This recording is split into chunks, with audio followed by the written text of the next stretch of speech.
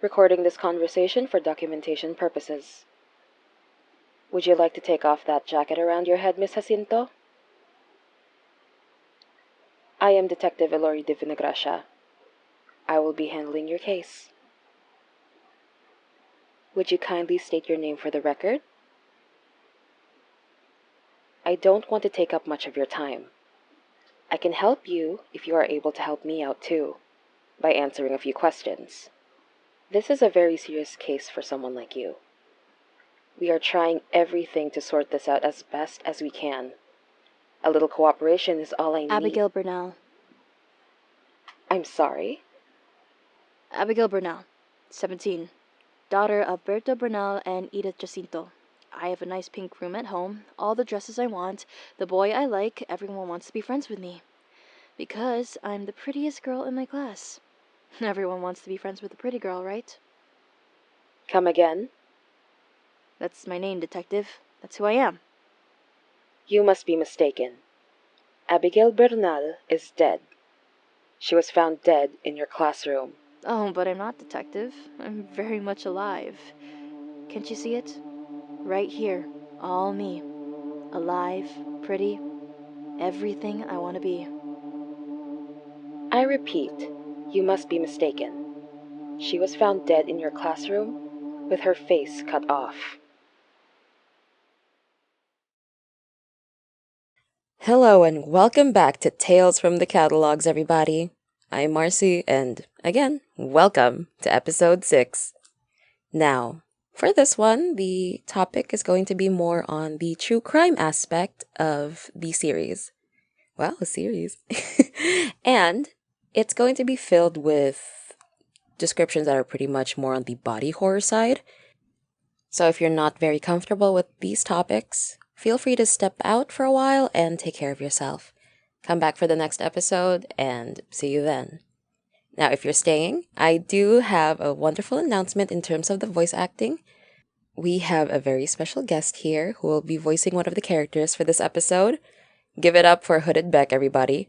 They are a lovely creator online. They stream on Twitch. They are a wonderful mutual I've met over the years. My sweet bunso. Hi, Beck. When you're listening, hi. They're wonderful. Give them a watch. Check their socials. I'll be linking them as well in the description, so give them a follow. Now, with that being said, let's get on with the episode. Disclaimer. This is a work of fiction. Any and all names or places that match real life are purely coincidental. To your right, there is a door. Once you cross this threshold, you shall weave your life with the threads of your unbecoming. It will unfold before you, grasp you, and you have no choice but to hold its darkness. For in darkness, we have reason to find the light.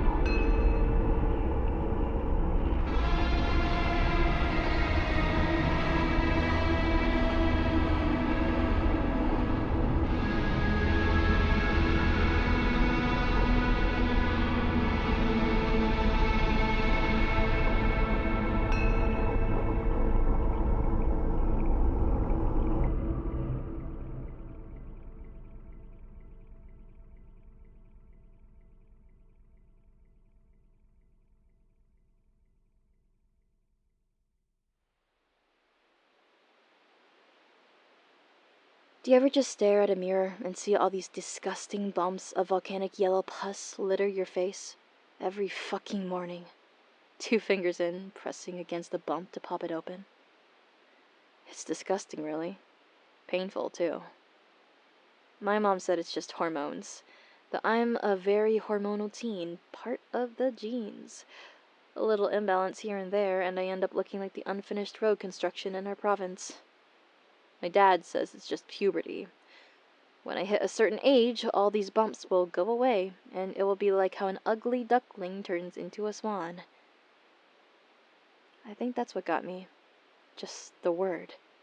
You can just be a duckling, no? Why make it ugly at the beginning? Not my aunt, though. Not her judging stare and looking at me like she's shooting daggers at my skin. She said it once, you know? Oh, you have too many flabs. Your face looks dirty with all those pimples and acne. No one's gonna like you when you look like that. No one did either. Not the girls in school thinking it was contagious like the fucking pestilence. Not the guy I liked in my English class who laughed at me when my face was bleeding. Not my teachers who always chose the prettier girls for the contests and recitations. No one's gonna like you when you look like that. No one ever will. Do you recall the events on the night of September 5, 2003? The night of September 5th. I remember going back to school. It was raining that day, really hard, and I'd just forgotten something in the classroom. I was already on my way home, walking in my soaked socks and shoes. My umbrella got fucked up by the wind. My bag that probably got every piece of paper and every page of my notebooks wet. Oh, and I was a mess, of course. Anyone in their right mind would stay indoors and wait it out. So I waited in the classroom. I stayed there for about 30, 40 minutes. I don't remember. Was there anybody with you? Anybody I was with? Of course there was. I waited out the rain with Abby. Abby.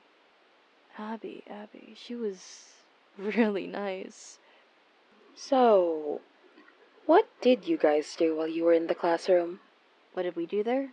Oh, she was waiting for her dad to pick her up. She let me wait with her. She even gave me one of those strawberry chiffon cakes you only get from fancy cafes or bakeries. Abby was nice. The nicest girl in class. You walk in the room and there's a huddle of students in one corner, and she is right there, in the middle of it all. I've known anger and shame my entire life. So many of my relatives made sure of that. It gets to your head, you know. How someone older than you just starts telling you how you should be, how you should look, how other people are better at it than you are, people you look up to. But when I met Abby, I didn't feel anger and shame. She approached me with a kind smile, holding out her hand, asking me if I wanted to sit with her for lunch.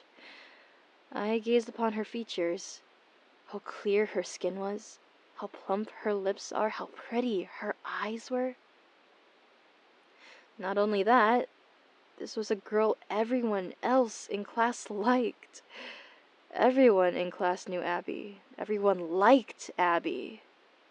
You would think I'd have earned myself a new friend when I agreed to sit with her for lunch. We talked about a lot of things. School, notes, boys we liked. She spoke to me so kindly. She accommodated my needs. She made sure I was comfortable. I hated it. So yeah, I didn't feel anger or shame when I met her for the first time. For the first time in my life, I felt envy. The kind that rots, the kind that just spreads like poison. She was so nice. I hated her. I wanted to be her so much. It sickened me. I got into eating healthy. I started washing my face more. I slept earlier. I drowned myself in all of these self-care routines they parade around online, advertised to become a fresher, better, and prettier you. I didn't like it. The more healthy I ate, the more I just didn't eat at all anymore. The more I started washing my face, the more I felt these bumps under my palm, the more I kept seeing them in the mirror. The more my fingers met and pressed and popped on each and every single one, the mess. Oh, the disgusting pus. The blood pooling out of my skin. That alone didn't let me sleep. I lay awake on my bed at night, thinking of how different it must be if I was just a little bit like Abby. Have you ever heard that skin product they advertised on the radio? Pokrituro papilio? No, I have not heard of such a thing. Really? It was all the rage last month. Achieve the look of your dreams, it said, so long as you believe in your beauty. The advertisement said it was made with only organic ingredients, so it'd be kinder to your skin so long as you were kind to it, or some shit like that. I'd never heard of it either. It seemed different. My mom always had the radio on at home, so I've memorized each and every advertisement aired on the stations. They were catchy, they stuck, they were easy to remember. This one was new. It had the voice of a woman, a bit robotic, but it was probably the reception. I don't know. I felt intrigued. I would know a different advertisement by ear alone. They had a contact number. Don't remember it anymore. I didn't want to order it. Something like that didn't want to work on my skin anyway. The other products didn't work on my skin either, so why would this one work? But you ordered it. Like I said, I didn't want to. Something like that didn't want to work on my skin. Odd choice of words. You said it didn't want to work. And it didn't. I started to use it, and at first it felt okay. My skin slowly started to clear. I started to feel good about myself the first week. I don't know. It somehow worked. Till it didn't. Till it didn't? The butterflies. The butterflies.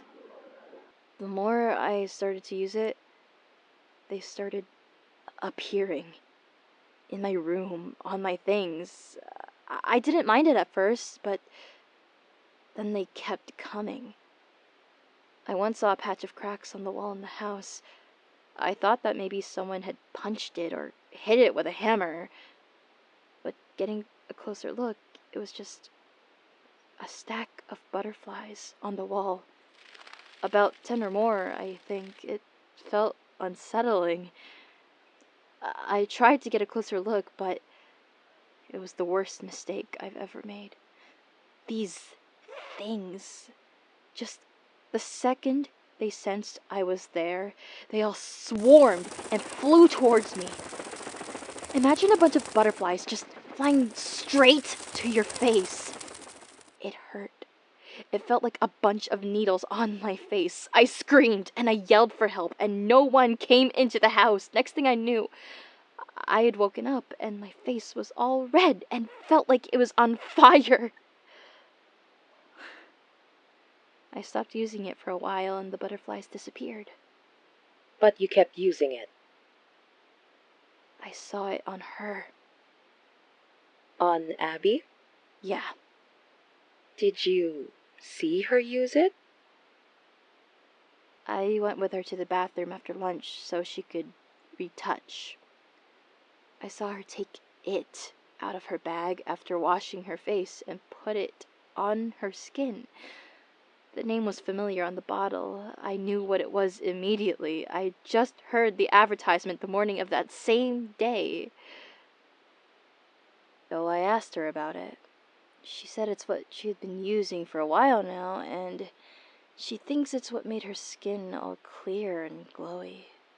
Works wonders, she said, since it was made of organic ingredients. Anything non-chemical should be good, is what she told me. I hated that it got better for her, and it got worse for me. The more she got pretty, the more my face worsened. I hated it. I hated it. Did you ask her where she got it? Same radio advertisement. Called the number, set her order, and it got delivered about a couple of days after she placed the order. We found a bottle of the skin product you're talking about. It was lodged inside Abigail Bernal's mouth when she was found in the classroom. We also found a fillet knife wrapped in crumpled newspapers in the trash can outside of the building where the classroom was. It had an engraving. This is a photo of it, right here. It has the Jacinto meat shop symbol on the handle. And you're showing me this because? This is your family's business, no? Miss Sara Jacinto? I have reason to believe that you are responsible for the murder of Abigail Bernal on the eve of September 5, 2003. Unless you can tell me otherwise.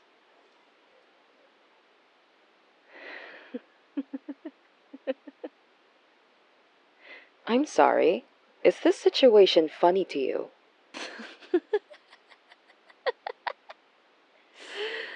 That's what she got for meddling with something that isn't hers. Isn't hers? She knew. Knew about what? Nicholas. I told her about him during lunch, you know? She was so quick to jump on him immediately. I mean, I thought she was my friend, you know? She was just so quick to just jump on him as if I didn't already tell her that I liked him. Not to worry, though, Nicholas got what was coming for him. What do you mean by that?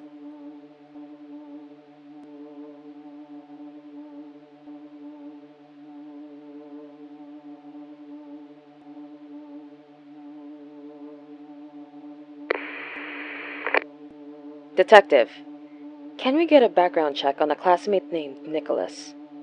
See if anyone by that name can be brought in for questions. But you can't ask a dead boy question. Excuse me? Abigail Bernal. I'm sorry?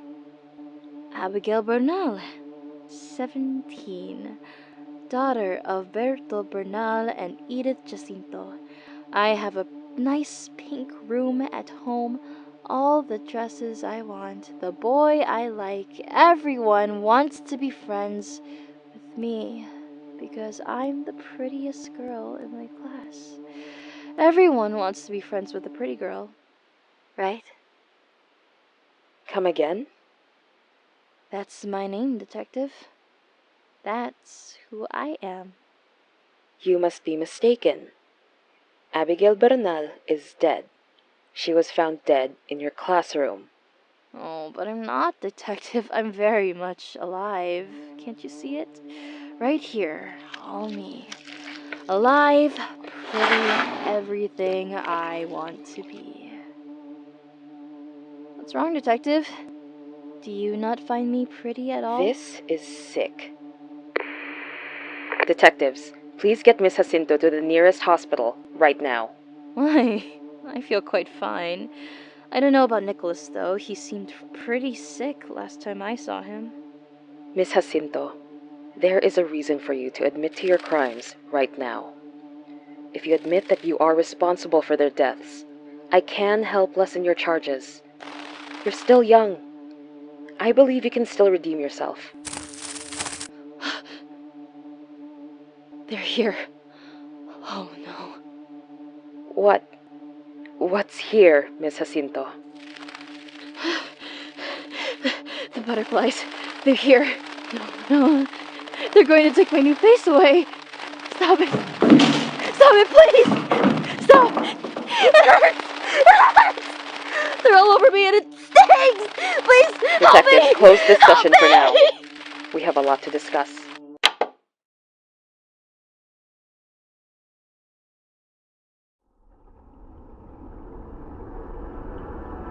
And that's a wrap for episode 6, everybody. Again, shout out to Beck. Great job, Beck. I'm so proud of you. It was so awesome working with Beck for this one. Hearing their lines and everything during post-production was awesome. Anyway, I hope you guys love the story. Love the little glimpse into Ilori's work, and am I right? Anyway, once again, thank you so much for watching. I hope you guys have a wonderful day. Don't forget to follow us on our socials on Twitter, Facebook, Instagram, and soon, TikTok. So, we'll see you in the next episode. You take care of yourselves. Bye-bye.